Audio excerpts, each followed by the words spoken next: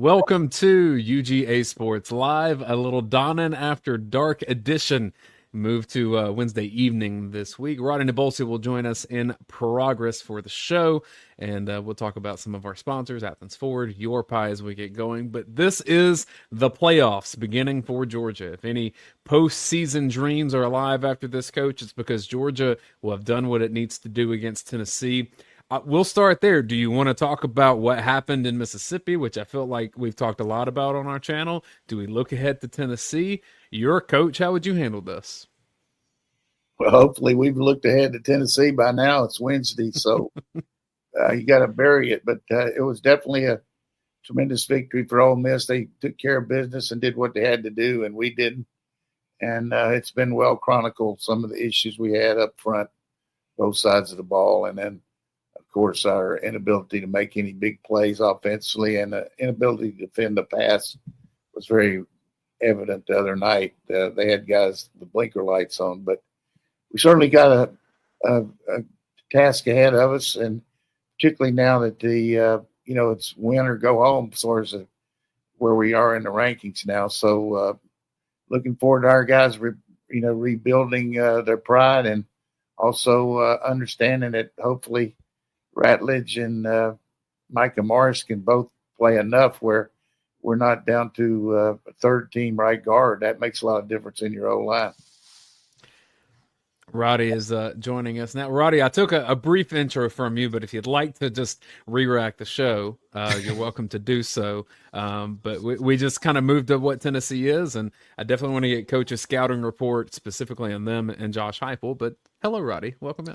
I appreciate it. Apparently my internet works about as great as the playoff committee deciding that the number 3 seed last week needs to drop out of the committee or drop out of the rankings altogether.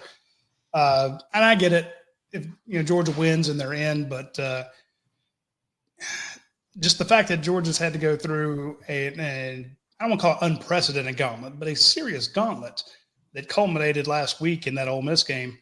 I know Coach likes to look forward. I always like to look back a little bit. And I just want to know from Coach kind of where do we go? I mean, you have people saying, well, the season's over. And I'm like, yeah, well, hey, those people can go watch the MAC game on TV tonight. They got Kent State playing. Hey, seriously, but from the committee standpoint, they've got Alabama 10, Ole Miss 11, and us 12th. And I promise you, all 3 of those teams should be in the top 7. So that's my thing, coaches. I get putting them behind those 2, but you're way the hell back there against Texas. 4 of the top 5 from the Big Ten. Certainly the first 2 should be in there, Ohio State and Oregon. But after that, it's the SEC. Indiana. Come on, look at who they played. And I give them credit. They've rebounded and built their team up. Penn State, same thing. BYU's playing this week. They're undefeated, and they might be an underdog at home this week. So, one after the other. I mean, and of course, Miami, they continue to put them up there too. So, rather than get heartburn about it, we just got to take care of business. It's going to be a difficult game, but, I like the fact we're playing at home at night. We got a tremendous record. We got a lot of pride. And, you got to win ugly. I mean, it's going to be a tight football game. Both teams defensively got to make the plays that are out there because, Tennessee hasn't given up more than 20 points in a game this year. So we're going to have to understand you're not going to go up and down the field on this team. They got too good a D-line. So in looking at that, I want to go back to last week. It felt like Georgia's offense, granted, you had a lot of guys out, but it felt like they were just spinning their wheels. People are mad about the sheer number of screen passes, but I'm like, you don't have a run game right now, Coach, and you're not getting any push on the line. And I don't know what you do as a play caller when you can't run the ball. Kirby Smart says, look, you got to run it. You got to play good defense and not have turnovers. They didn't play good defense. They couldn't run it, and they had turnovers. So yeah, and you're going against a defense that NFL caliber players on their front 7. I mean, about 5 of those guys are going to get drafted, and they paid good money for them. They did. And still, you've got to make the perimeter plays, and that's why we were trying some of those screens. But the realism for me is, and trying to analyze everything. You go back to August, our top 10 skill guys: Ra Thomas, Kobe Young, Roderick Thomas, Branson Robinson, not playing. ETN has played sparingly up and down. So you got 5 of your top 10 players plus your 2 right guards are not in there. And nobody's really stepped up to take up the slack. Certainly I think maybe we could be throwing to Lucky more. We could probably be throwing to Bell and Smith more. But the realism is our quarterback hasn't been hot. He's gone the other way, trying to hold on the ball sometime too long. But it doesn't really matter how much we dissect it, and people can get mad, and which that's their priority. I mean they're fans, but I saw a guy the other night that was leading the NFL in passing and had thrown 1 interception the whole season. He threw 5 in one game. Goff, the quarterback for Detroit. So it's not like that we've got the market on guys making mistakes. I mean, it's around the country. It's around pro football. I mean, the Kansas City Chiefs only scored 16 points the other day, but that's all they needed. But they needed a blocked field goal to stay unbeaten. We're going to see strength of schedule. To me, should mean more than because we've had the gauntlet having to play our road games this year, the teams we've played. And we've also faced 4 really quality defenses, because I think Kentucky, when they've got everybody out there, and Kentucky beat Ole Miss, but certainly Texas, even Florida's pretty good defense, but Ole Miss for sure. And of course Alabama has proven, and I think without question, if Alabama decides to go ahead and run Milroe like they're doing, the national championship's going to go through Tuscaloosa, Alabama, because I promise you that is a hard road to hoe to try to corral that guy when they make the commitment to run him like they're running him now. I'll go touch on something that you guys had. If you have not caught the podcast with Dayne and Coach talking to Chris Felicia, the Bear, it's a brilliant 36 minutes. You got to check it out. And he talks about the strength of record rankings, where Georgia's number 3 in those rankings. And I know that we can talk about the injuries. We can talk about the strength of schedule. And the first response from people who don't understand football will be, I don't want excuses. And it's like, look, these are not excuses. These are reasons. There's 2 different things. And Kirby Smart, when I asked him, I said, talk to me about your offensive line after watching the Ole Miss game. He goes, we played a great defense. We've played a lot of great defenses. These are tough defenses, and we're playing them with an offensive line. He named 5 starters who have been out. Yeah, Tate Ratledge out. You had Micah Morris out. You had Jared Wilson out. Xavier Truss has gotten beat up. Ernest Green's dealing with an injury. Dylan Fairchild's had an injury. So you take all those guys beat up, and then you're missing 5 skill guys, and it's like, okay, well, what the hell do you want Bobo to call? What do you want him to do against a better defense? So you're facing better defenses with less talent. You're going to struggle, and that's what we're going to have this weekend, Coach. That's why I'm scared about this Tennessee game. Here's the deal, though. Where's the scrutiny on our defense? We pin them on the 1-foot line, and they let them throw an inside breaking route to get the ball off the goal line. You got to struggle for field position, and you get them backed up like that. But they hit time after time. They hit passes on first down against mismatches they created.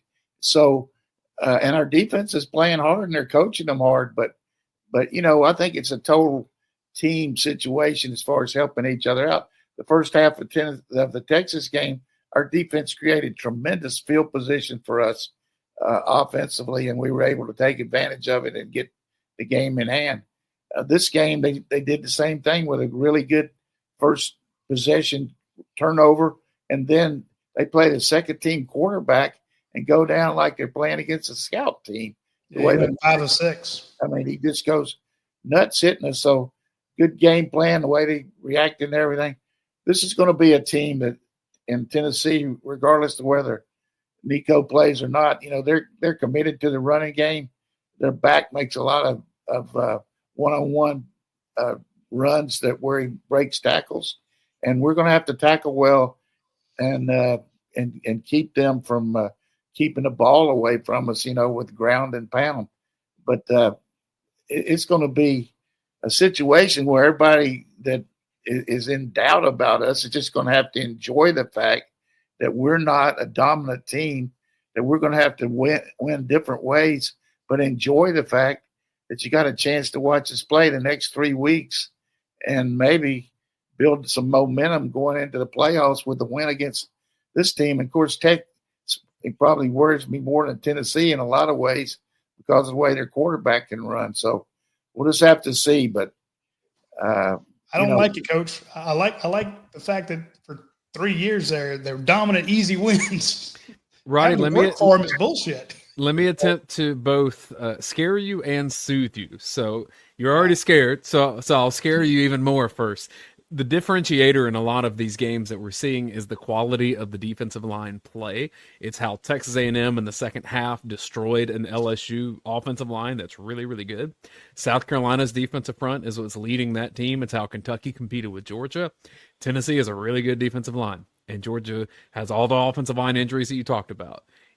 Tennessee's path to beating Georgia is that right there, slowing down Georgia's run and causing some of the same issues that we've seen in the passing game. Right. However, that made me feel a lot better, Dane. That was how I scared you. Here's how I'm going to soothe you. One of the things I think that we're seeing is that the 12-team playoff extends people's margin for error. Georgia's back is against the wall now, just like Ole Miss's was last week. It's why I titled the show Georgia's Playoff Starts Now. Georgia needs this night game, Sanford Stadium, all the good vibes that Ole Miss had last week. It's in Georgia's favor this time. Other piece of this, Nico, how many touchdown passes do you think that he's thrown in road games this year? They've only played 2 road games, right? Right. 1 touchdown pass against Oklahoma and Arkansas, and they lost that Arkansas game. When you talk about unproven, not battle-tested, that's more for Tennessee this week and less for Ole Miss last week. Ole Miss went to South Carolina. Ole Miss went down to Baton Rouge. They were more battle-tested for what this is. I don't think Tennessee is that this year. Offensively, I can see Tennessee. Well, they played one neutral site. They had the neutral site against NC State, but they've only had 2 true road games. They got like Texas, El Paso next week, and then Vanderbilt. And Vandy. At Vandy. But, that's – and you watched them against Oklahoma. He really struggled.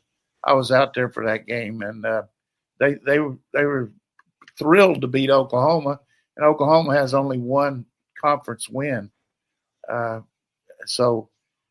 They lost at Arkansas. Arkansas played a lot of the same defense as we do, with the different looks and show them one thing and play another, which we did really good last year with Kamari Lassiter playing in the slot some. So we'll see a lot of different things from our defense, but it should be something you're looking forward to. I mean, it's why you got season tickets or a chance to watch them instead of and go in there with the idea you're going to help those boys get a 1-point win. That's all you can hope for. I think that's the fear. And Dane, you bring a good point about the opposition, but I think for most people, it's just the feeling that Georgia is in Georgia's way, and they haven't put together the full game yet. Now the question is, can they? Because you haven't seen it. You're 9 games in. You're like, well, it's just not going to happen. And I'm with you, Coach. If you can make the idea of being at home, it's been a horrible schedule and so much on the road, 35 days since they've been, in their home stadium. You got to think there's going to be a comfort level there, the desperation, the urgency that Dane's talking about. Maybe Georgia can get out of Georgia's way, and the excitement about playing this game is minimized because it's just like, I want to see that team that played against Texas, despite the turnovers there. I want to see that. And you had that kind of that flash against Clemson, but it's been like, so I can see the people pulling out their hair and not as excited about this game as they should be. But I'm with you, Coach. We had one guy come on our board, and I love him to death. I think it's Savannah Dog. He said, this is the first time in forever I'll be happy when the season's over. I'm like, gee, brother, man, you realize how few games we get? Think about how many people were missing, though. Yeah. What he could have been. But it's still, that's part of, like Kirby said, it's part of football to have injuries and people. Hopefully they'll get Kobe Young situation straight by, maybe by Tech, but, the guy deserves to be back out there if those charges have been dropped. And we could certainly use another threat on the outside for sure.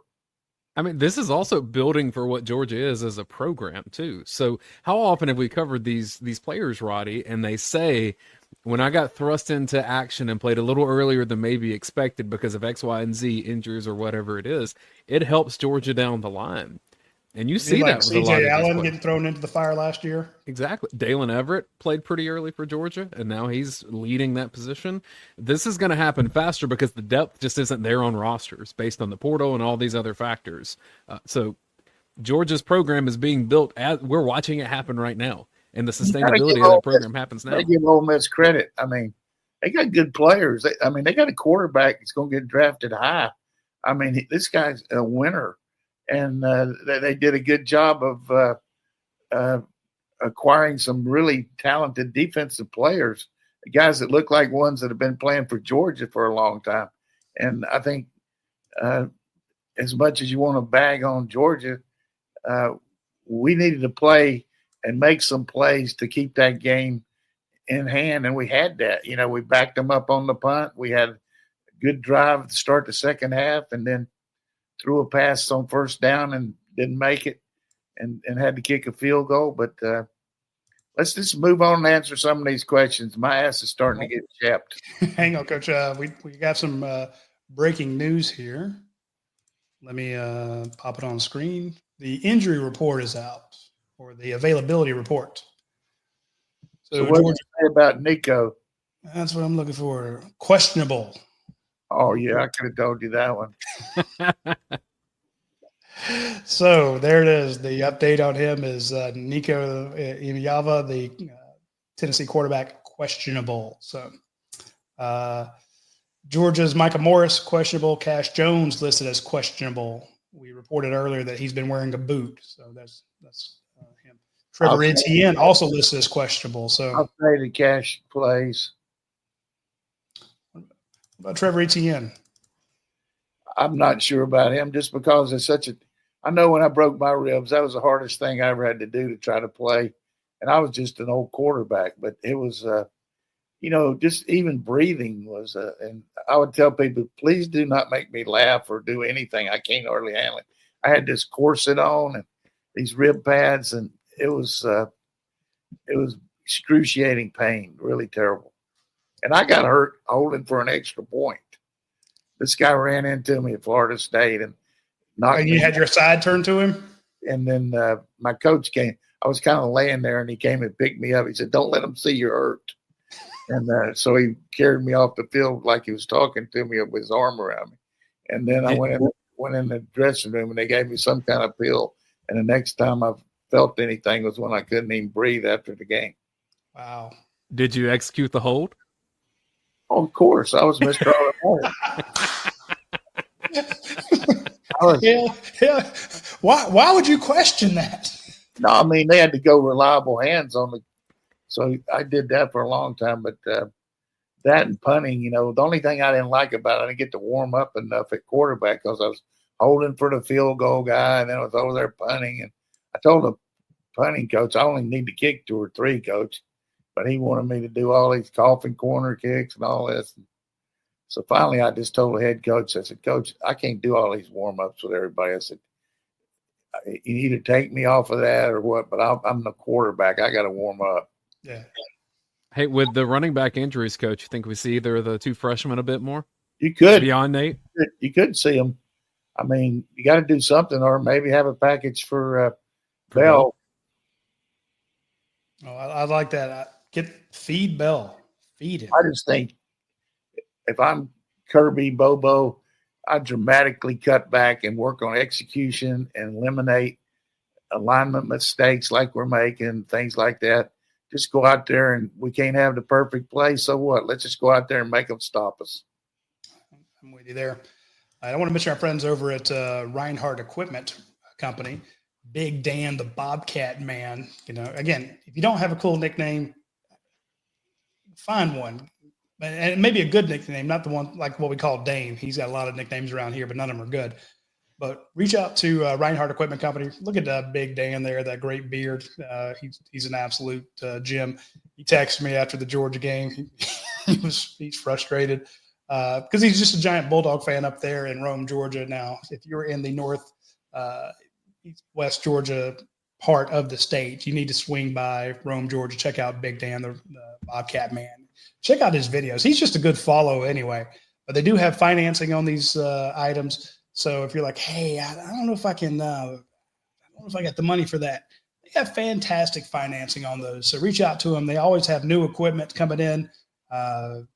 Anything that you need, of course, you can rent it all from him as well. So check him out when you get the chance. Also want to mention our friends over at Your Pie. Today's Wednesday, so we missed double points Tuesday.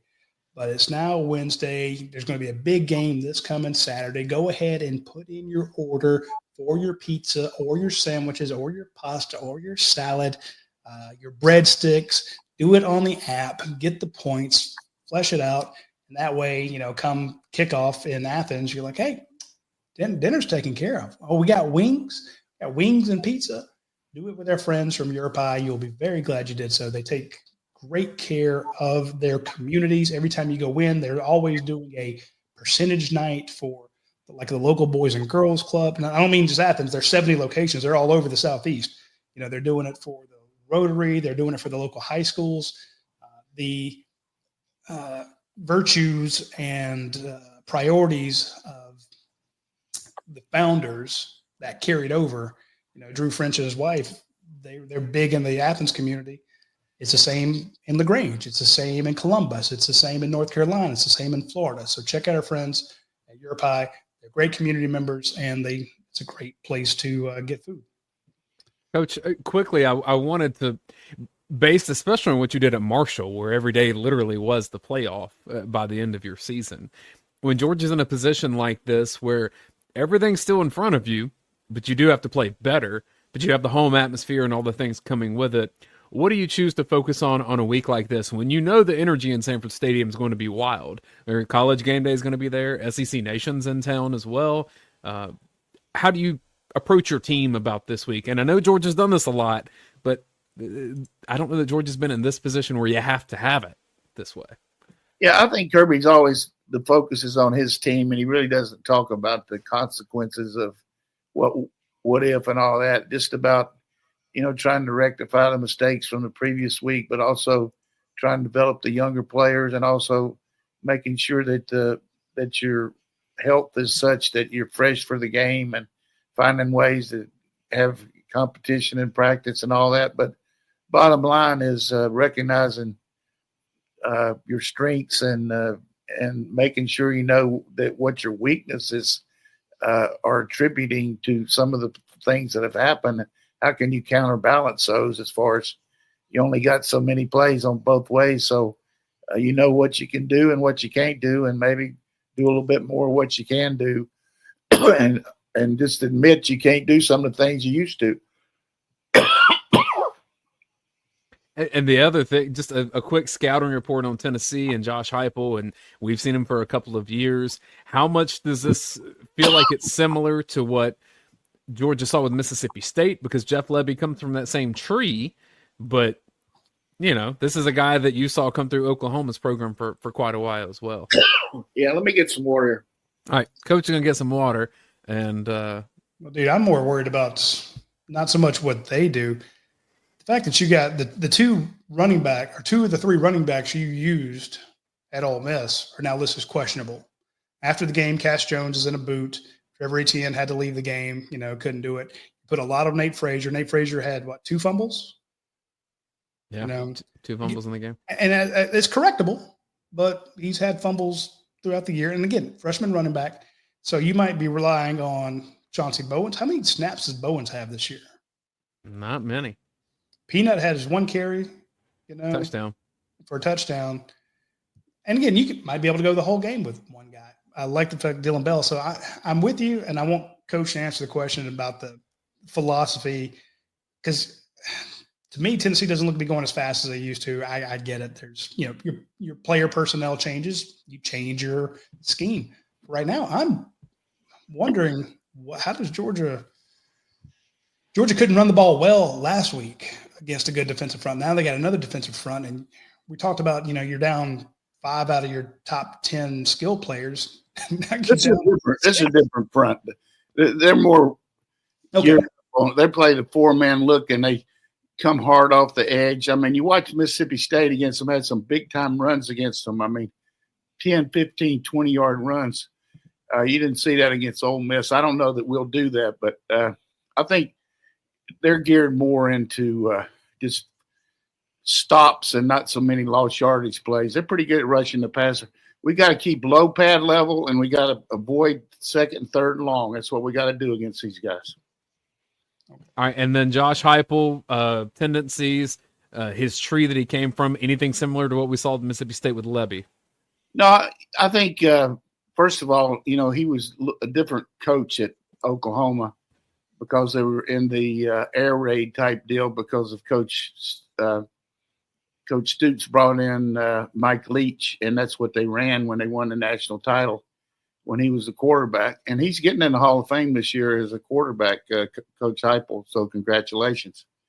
And anyhow, then he had some issues there, and their team didn't win, and they brought in Lincoln Riley, and so they let him go, which was tough because he's married to somebody that's related to the president. I don't know if it's the president's daughter or who, but maybe niece or something. But anyhow, it was a real political nightmare.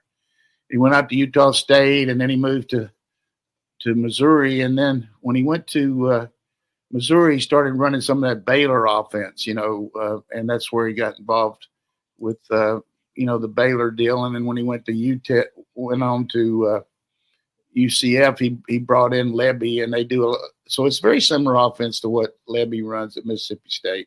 Wide splits, try to get the box off count and run the backs inside, and not a lot of quarterback runs, but really good stress on your whole team horizontally because they stretch the field so wide. You see these receivers out. And just a little side note, the quarterback that's the backup guy, his name is Gaston Moore, and he's actually the grandson of a guy that a lot of people around here know, Bob Payne, a great guy who was a urologist here for a long time in Athens and good golfer and just a genuinely great guy. But his daughter had a son that played down there in Hilton Head, and he sent me some tape on him, and I tried to move him around and talk to some schools and actually sent a tape of him to Josh Heupel at UCF. And he ended up going to UCF. And the kid's done well. He's gone up there and been a backup, and he played some against North Carolina State and Chattanooga, and he's made all SEC honor roll. Good kid. And what a great story if he could come in here to Sanford Stadium and be the starting quarterback on Saturday night. If he wins that game, I'm going to blame you, Coach. Yeah, blame me. But I'm happy for Bob. I know as a granddad, you got to be. But, we'll see if Nico, he's got, he's in the concussion protocol. But it's always tough when you're coming off a head injury, that's for sure. How much are you worried about the fact that, Nico could play, Nico could not play. But to me, it's their run game that's the major factor. How do you prepare for this when you're not knowing who? You got to prepare for everything. They're going to run the same plays with Gaston in there. He doesn't throw the ball deep nearly as well as far as arm strength, but maybe more accurately. He's definitely a good athlete, Gaston is. So, but you got to prepare for every game like everybody's going to play, and then if they don't, then you can adjust. We didn't have any idea that Lagway was going down, and never heard of this quarterback that came in there till Dayne told everybody who he was. So we just got to prepare for everything. And, we've had a great run of putting this quietus on Tennessee's offense.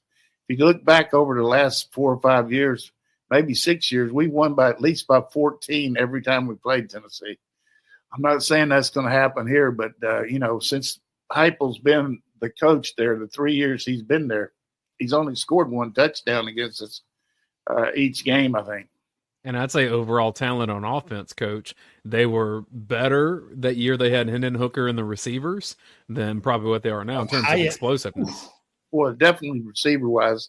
And Hooker, comes in there. Of course, we got him in second down and third down and long, and we rushed the heck out of him. We put a lot of pressure on the guy, and that's what you got to do against these people. And but I think the other thing that I wanted to mention in the get-go here is, boy, you look at that Ole Miss team, and how many of our guys could have started for Ole Miss? I mean, that's what you got to look at. I mean, give them credit for being a dang good team, even though, and as good as they are, everybody's saying, well, how did they lose 2 games? Well, they lost 2 games just like we did. That's the part of it that's hard to rectify in your own mind. But it's just, and I told Roddy, I told you off the air when the season started, we're going to have to fight for our lives to get in the playoffs. I mean, we got too many guys down. I said that the first week of practice. Yeah. And that was the case with Ole Miss, and that was without their best receiver against Georgia and without their best running back. Right. And when they had those guys, they still lost against Kentucky. It's a weird sport. But they also didn't have Prince when they played against LSU. Yeah. Right. Now, Kirby pointed that out at his press conference. He said, look, imagine that guy who's one of the best pass rushers in the SEC if they'd had him for 50 snaps versus LSU. I'm like, yeah, didn't they get 5 sacks on Carson Beck? They didn't get any against LSU, not one. Here's the thing, too. Coach Coop, that great recruiter for us, he was in Florida, and he got Prince for him. I wish he'd got him on the transfer portal for us. So the other piece of it, Roddy, Lane Kiffin, I think it was on Dan Patrick's show today, said that after they got out-muscled and bullied by Georgia last year, that they essentially spent time all over the offseason of how do you game plan for Georgia. And then a lot of that was go get players in the portal that are bigger and faster. And that's why they went to get Prince, because they needed that edge speed rusher to go against Walter Georgia. Nolan. Yeah. This has been the priority for Ole Miss to win that game last week. It's smart. That's what we always did after each season, is look who we got to beat. What do we got to do after 96? We just looked, every player we looked at, everything we did, what can we do to beat Florida? That was it. That's all we did. I'm with you there. And they bought, and again, I see a lot of other things I'm just talking about. That's we spend at least an hour every day on Florida. I say this not to impugn Ole Miss, but to compliment them.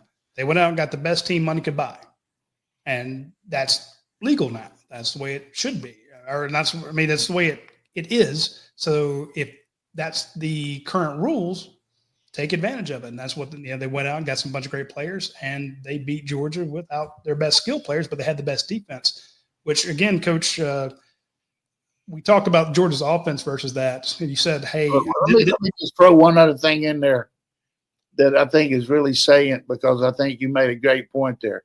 You look at Oregon, they went and got that quarterback from Oklahoma and paid big money for him. Dylan Gabriel, yeah. Ranked number 1 in the country. Ohio State probably spent more money in the portal than anybody, and they also spent a lot of money keeping players there that could have gone in the draft. So that's 1 and 2 in the situation. Indiana, almost their whole team is transfers. They got over 30 guys that didn't play there last year.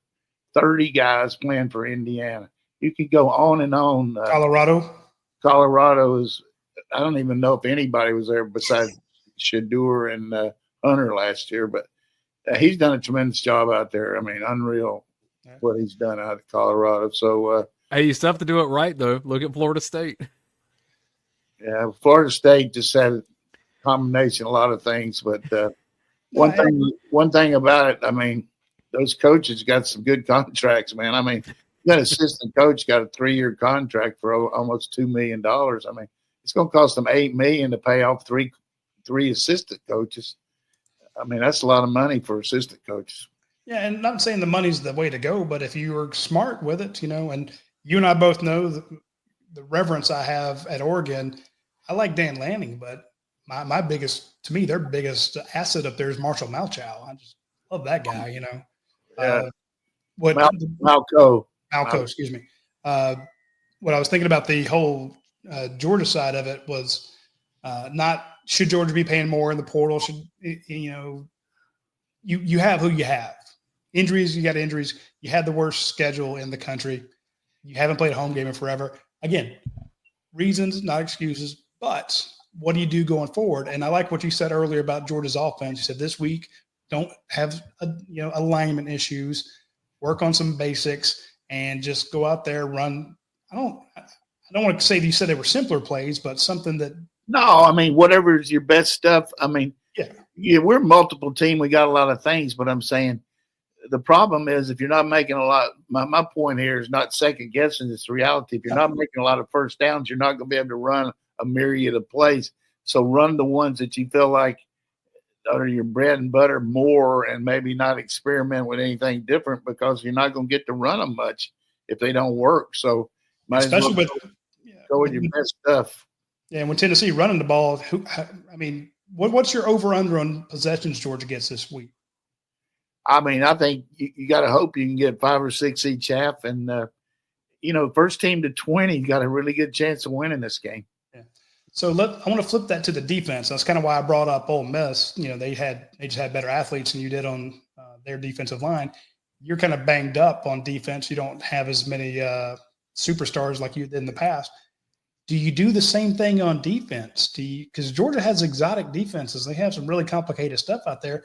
Do you stick with a defense that's your bread and butter? I think what's going to happen with our defense is going to really help us is the fact that Small Munden's back. It's going to allow maybe Walker to play more inside on the line of scrimmage, as far as not inside, but what I mean up on the line of scrimmage, as outside rush guy, and maybe give us a little bit more experience back there reading some of these routes.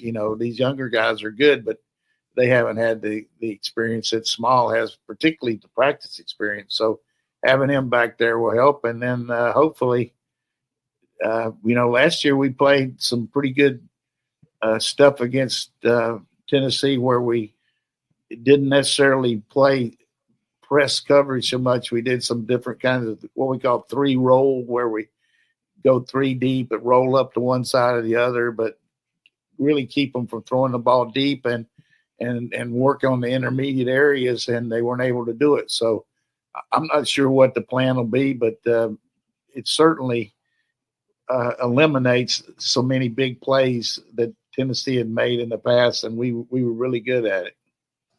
Gotcha. See, that's why I love having you on the show. I would never have thought of that. Why do you love having me on the show? Because you helped me get these commercials in.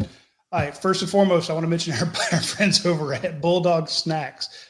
We told you about the fact that you could do the fan pack, and it was a bunch of the Bulldog bars and the Bulldog chocolate chip cookies, and they came to your house, and the proceeds of that go to help Georgia's NIL. We're talking about the best team money could buy at Ole Miss. We're talking about Oregon and Ohio State doing what they do. Here's how Georgia gets into it. You buy the same stuff that you would buy at Publix, Kroger, Piggly Wiggly, Winn-Dixie, wherever you shop. And if you go get Nature Valley or Keebler or whatever, don't get those. Get your granola bars and get your chocolate chip cookies from Bulldog Snacks. Now, the fan pack was big. It had a lot of stuff in it. You're like, well, what if I don't like it? Well, you would, but you don't have to take it on faith. They have a new thing right now for November. It is the sample pack. 4 bars, 1 cookie, 1 pouch of the cookies, free shipping. So go to Bulldog Snacks. It's very easy to find. If the URL changes to Get Bulldog Bar, don't worry about it. That's just how it pops up. And look for the sample pack. It's right there at the top. Scroll to it, and that way you can try the 4 bars and the cookies, free shipping. Also makes a great gift. It's November. You're going to need some stuff for Thanksgiving. You're going to need some Christmas gifts, holiday items, something for the Bulldog fan in your office. If you got the white elephant gift, here's an easy one to do. Knock it out. Get them that. Also, want to mention while we're on that same topic, our friends at the Red and Black Water. It is the only water that actually helps Georgia athletics. And we have a deal now where you can get a free bottle. They're giving away, or they just gave away, 2 free tickets to the Tennessee game. So that drawing's already over, but these guys are huge Georgia fans. They're giving away their personal tickets to go to games. So if you want to go see that Tennessee game, 2 fans are going thanks to our friends at Red and Black Water. If you go to redandblack.win, redandblack.win, what do you want to do? You want to win. You can get a free bottle. You go buy the bottle of water at Bell's, Golden Pantry, online, scan your receipt, send it to them. They will Venmo or PayPal you back the money that you spent on that bottle of water. Same thing. Proceeds of this go to Georgia's NIL efforts. Proceeds of the Bulldog snacks go to Georgia's NIL efforts. You can't miss it. And last but not least, of course, is our friends at Athens Ford. Can't say anything about them that I haven't said 1,000 times before. The best car dealership in the known universe, in the unknown universe. Best customer service you'll ever find. And I can guarantee you that there will be nobody screaming louder in Sanford Stadium this Saturday than Brian Clower and his folks at Athens Ford. They will be sideways at a night game in Athens. That's how much it means to them.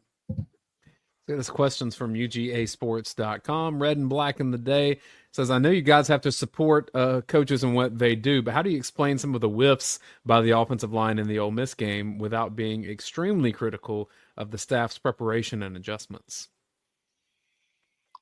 Well, you really don't know exactly what they're doing as far as the techniques because we don't have privy to that, but there's no way that a guy is fundamentally sound as Coach Searles tells a guy to take a wrong step and let a guy come inside him when you got that situation where we did a whip or where the tight end is supposed to help with the tackle and he lets the guy go completely around him. You know, all you got to do is force him inside, know the tackle's going to be there. So we got good coaches.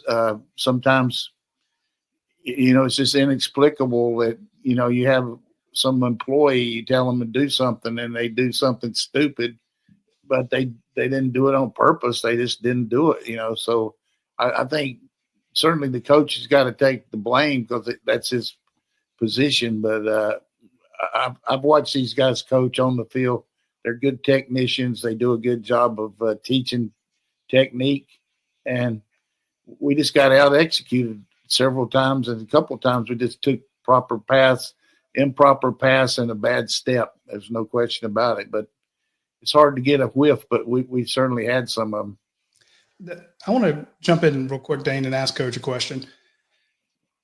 Georgia leads the nation in drop passes, and I put that notification on the board just because I don't remember ever having to do that before. And the first response I got was, well, that's on coaching. And I'm like, how? No one would justify it. Again, I'm not trying to defend Coley. I don't know him. We don't hang out. But I'm like, are you telling me that James Coley doesn't teach these guys to catch the damn ball? Of course he does. I mean, we got it just seems like it's kind of coming in bunches, but we don't have any one person that's really the number one culprit. But it's all over. Once you have one or two drops, particularly in pressure situations, then that stat surfaces and they bring it up right away. You know, I think maybe the one ball that Urasek could have caught might have been tipped a little bit, and then getting ready for a really big bang hit there when the Humphrey's coming across the middle. But definitely they work on it all the time. You know, all these things. I mean, these kids are doing all they can. We're just not. We're playing without two of the best three receivers we had aren't on the team right now. I mean, one of them will never be again. Rah-Rah, maybe Kobe Young will be back out there. I guess, Dane, the way I look at it is, just to sum it up, it's not what they're coaching, but it is their responsibility. So that's right. That's fair. Your film is your resume. I mean, the guys are doing what, you know, just like linebackers opening up the wrong way when they got man coverage or guy leaving the guy cold when he's supposed to be covering. I mean, we got three of the top 10 players in the nation on our defensive team in the draft right now. Michael Williams, Malachi Starks, and Jalen Walker are rated in the top 10 in the country in the pro draft. Supposed to go in the top 10. And all three of them are playing really good, but they've also had moments. Michael's been hurt. Jalen got beat on some routes. Malachi got beat badly on 4th and 1. I mean, that happens, but you know, they're really good players, but you know, you just don't, it's hard to be dominant or even competitive sometimes when everybody's not doing what they're supposed to. I'm with you there. This from Rug Slinger, which, based on the question and Roddy's reaction to Georgia in the college football playoff rankings, I think this may be Roddy's burner account here. Why does the SEC... Ruxler's been around a long time. That's a good person. Why does the SEC not only not ever stand up for UGA, why is it actively doing all it can to weaken the football program? Maybe it's about scheduling. Maybe it's about... I'm not sure, but I think that's a little steam coming out from some frustrations, and I get it. There's no active campaign against Georgia, but I appreciate the frustration. Yes, there is. Look, you got handed the worst schedule, and even on top of that, like Kirby's saying, why, man? Why is it? It's like, give me the rhyme. Why is so much of that initial schedule against those good teams on the damn road? I get they'll be home next year, but still, you look at the fact that Texas played nobody. They're number 3 with a win. Their best wins are what can we do about it? Not a thing. But my point is, I get it's irritating, and I've had a long-running argument all week with a friend of mine who says Georgia should have done something, and I'm like, there ain't a damn thing Georgia could do. It's not like Georgia was given the schedule ahead of time, and they go, hey, can you sign off on this, Josh Brooks? And he goes, oh, yeah, hell yeah, we'll play that schedule. No, he was handed the schedule, and they go, make your reservations. That's how it worked. So I'm with Rugslayer there, feeling like the SEC office kind of jobbed you. Yeah, we're going to have a good home schedule next year. But at the same time, the defending Georgia, I will say that Sankey's going to try to get as many folks in as possible. But, yeah, he is not – there was no there damn sure wasn't any preferential treatment for a 2-time champion. Just win, baby. Just win. Big Fatty 94, given the offensive line issues and running back injuries, Coach, what are you calling to try to open up the offense? If anything, I'm going to try to condense it, close it down. I mean, I'm just going to play field position football, not take any risk as far as exposing the edges on our pass pro, running some max pro passes, a lot of play action, punt the ball. I mean, that's what I do against this team because you can get some turnovers easily the way they can rush. So as much as everybody likes to see us open it up, I'm going to say I'm going to go into a little bit of a shell there as far as just really being very conservative on what we do because their team realistically until last week had not scored a touchdown in the first half in their last 4 games. Mm. So we got to play like we're playing against a team that, you know, we're going to use our defense and hopefully our defense can shut them down. And I'm not saying we got to go into the fetal position, but hey, don't take any chances. Let me just say, what makes anybody with any rational IQ, not talking about this guy, just anybody watching this show, think that we're going to invent some explosive offensive plays this week based on what we've done after 9 games? Yeah. So it'd be nice if we could. Be nice if Colby's playing, but I would say let's run block down, kick out, line up in power sets and try to get the ball to the edge, use your speed. Use that Dylan Bell reverse. It works every time. Do some basic rudimentary stuff and understand we got the best punter in football. Let's use him. People don't want to hear that. Some short fields, amen. People don't want to hear that from me, but that's. Well, I mean, you are a coach, and you have won titles, so I think that gives us the best chance to win myself. This question from Simplicity, Coach, I wouldn't say that last week because I would have thought if we'd have held Ole Miss to 28, we would have won. Coach, it seems like most teams have running quarterbacks, but Georgia hardly ever gets them. Is there a reason for that? Stetson was, but Georgia didn't really recruit him. Question from Simplicity. Kirby just doesn't believe in the running quarterback in our system because he worries about him getting hurt. You know, it's something we might look at because it's definitely kind of you look at some of the teams that are winning, they've got the mobile quarterback. Now, I don't know that the guy up at Ohio State is as mobile as maybe somebody. Will Howard or some of these guys. But, you know, Jalen Milroe, I mean, close to Michael Vick as you could get. I can tell you that. If there were more of that out there, then I think everybody would have it. You don't find those. Right. And that's so rare. See, Franklin, go ahead. There's a lot of guys that are great running quarterbacks, but they can't throw for shit. And if you're running that pro style offense, so we see it. We give these kids a camp, and they are lightning fast, and we go to their games and they're great. But then you tell them to hit a back shoulder fade, to the field side, and it's like, the ball ain't going to make it. This from Frank, like the one we were going to throw against Alabama. Yeah, don't bring that up. Just kidding. This from Frank. The minute you did it, you're like, "What the hell are you doing?" The ball was still in the air. The coach was pissed. Supposedly, we're looking at a kid from Mississippi that's a multi dual guy from coming in from that's committed to Oregon or somebody like that's coming in for a visit this weekend from West Coast. But and Kirby still asks can he run? He wants a guy that can run, but it's like, hey, that is a feature, not the not its main purpose. So I like that. It's like, hey, this kid can throw. Well, hey, you're out in Gunnar Stockton. We know Gunnar Stockton can run like crazy. You watch him do it, Coach. All right. Franklin, Tennessee dog has a little stake in the game this week. Defensively, can Georgia do to Tennessee what it did to Texas? How do you limit Sampson? I think different offense. We rushed the heck out of the quarterback for the University of Texas. This team is a power running team that really is committed to a myriad of different type of runs. So we just got to gang tackle, and when you got a chance to get him for a loss or get him at the line, you got to get him down.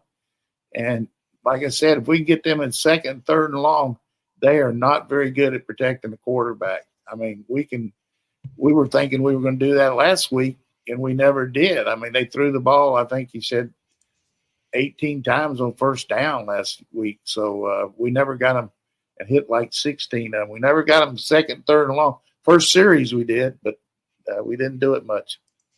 From Lost Dog 2, this is not a question, but I hope Coach knows how much we appreciate this segment and everything that he adds to the site.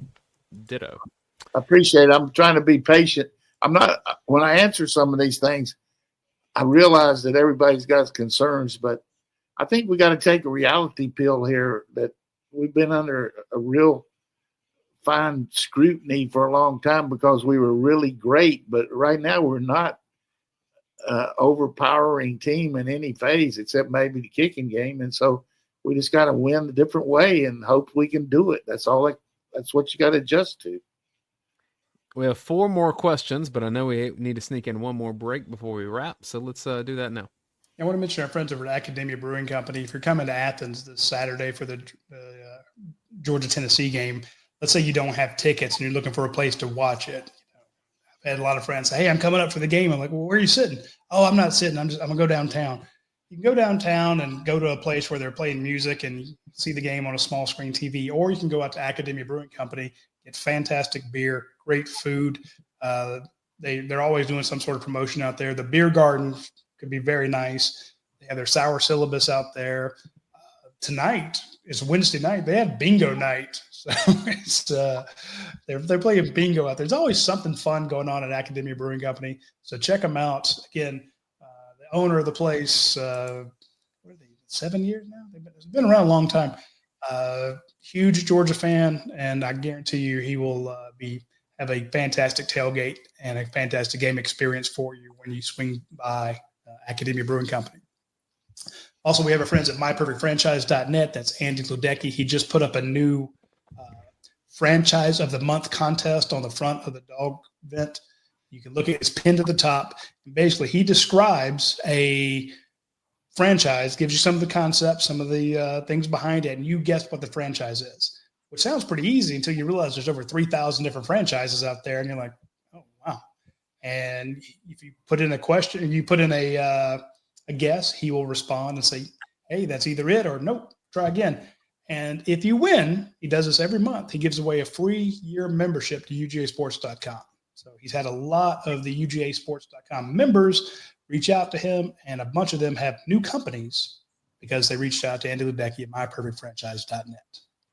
San Diego Dog 1. Do you think that Georgia's running too many wide receiver screens, and are they using the wrong personnel for them? For example, 11 goes down a little easier, maybe versus contact, than 86. Yeah, we certainly ran a lot of them because we were having a hard time protecting a quarterback. So that's why we did it maybe. But and then some of these screens are set up to different people based on the way that the defense lines up. So, but we've had some good screens to Arian Smith this year, to Lovett and to Bell. But it's just like anything, when they're not working, then the tendency to say, why are we running so many of them? But basically the reason we were trying the other night is because we couldn't protect.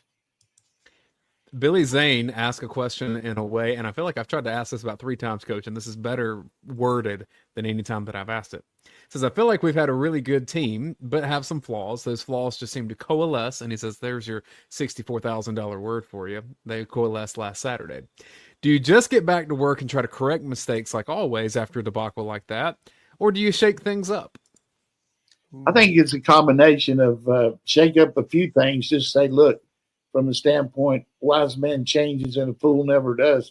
I mean, you can't keep hoping that something's going to work if it keeps hitting you in the head and it's not going. So I think maybe some subtle changes, maybe a blocking scheme here or a different wrinkle to a route instead of a double move, maybe do a double move with a comeback on it, or do a fake slant and go, or whatever it might be. Something off your best stuff a little bit to give them a different wrinkle. But as far as shaking stuff up, maybe personnel-wise, you always got to look at, is there somebody that can maybe give you a better look to get in there and do that? I would think by now we had already done that. And then, of course, a quarterback, that's a massive thing to make a quarterback change. It would have to be something that you'd have to talk to Kirby about what their thinking is on that.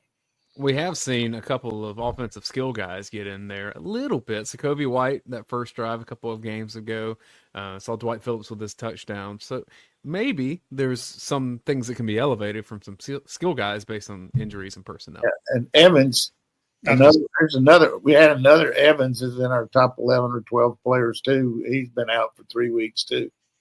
Maybe you could get him back this week. That would be huge. But. Well, you see the Florida game, and let's tell it like this. Florida's had 10-0 against Tennessee going into midway through the third quarter, and they went to overtime. But they had some really good punt returns against them. And we've got to cut Malachi loose and not just worry about him catching the ball. If he's going to be our punt return guy, we've got to manufacture some field position. These people can't keep netting 45 and 50 yards on punts on us. I'm with you there. I'm going to go back to that question about personnel, and you mentioned, it'd be a big deal to change out the quarterbacks. If you put in a predetermined package for Gunnar Stockton because he is that guy who can run, would you do it against this defensive front just to say, hey, look, here's something you got to deal with? Yeah, and maybe keep them from closing on the backside. The issue there is you asked me how many possessions are we going to have. If we feel like we're going to be limited on a possession, then you're basically saying, is he good enough to go in there and take one of those possessions and make something happen with it? And if it is, then maybe that's what you do. But if he's not, then you just wasted one. And yeah. That's a big gamble. You could do that if the other team was not very good on, as far as keeping the ball away from you or something. You're going to have extra possessions. You might give it a shot, but I feel like that's stuff like that's how the wild dog became a thing, or direct snap. So different ways to just get a ball in a skill guy's hand quickly. Hey, direct snap to Dylan Bell. Let's go. Final question of the night from SprayDog22. Do you think Georgia should spread it out and maybe use 11 personnel to create space for the running game? What would your suggestion be when the run game is stagnant and the offensive line is getting beat more than you want? Well, we use 11 a lot. 11 and 12 are our two best formations, 3 wides and 1 tight end, or 2 wides and 2 tight ends. But I mentioned earlier in the show, I would maybe condense our formations a little bit to help our protection, where we have 2 tight ends in there outside the tackles to help the tackles, and give up them going out for a route unless they check release, just to make sure you can launch the ball. And then maybe some, trips bunch where you got some 11 people in there and they're in there real tight to try to create some picks and all, just to create some open field plays. And everyone, that's a little Donnan After Dark for your Wednesday night. Yeah, that's pretty much, I'm dark, that's for sure. Hi, folks. Hey, I appreciate everybody putting up with my Wi-Fi issue to start the show. It means a lot to me. I appreciate all of you joining us for this Wednesday edition of UGASports Live with Coach Donnan. We will be back next Tuesday to hopefully talk about how Georgia knocked off Tennessee and start prepping for the UMass game. And we'll start freaking out about Georgia Tech ahead. But hey, Donnan After Dark for the watch along. Hey, yeah. That's what I'd say to everybody. Fido, forget it and drive on. We got to get on with this week. This other games in the past. I know these kids have a lot of pride, and our stadium should be worth a lot for this game to get them offsides and stuff like that. Like they, get them behind the sticks. We can really get after them. I look for a monumental effort from these kids. I really do. I mean, I never project much, except I did say for the Texas game, I would be shocked. I really look for a monumental effort from the Dogs this week. I hope so. We'll discuss it next Tuesday at noon. I'm going to play like the Russians were in St. Louis. Right. With that, we will see you folks next week. Y'all take care.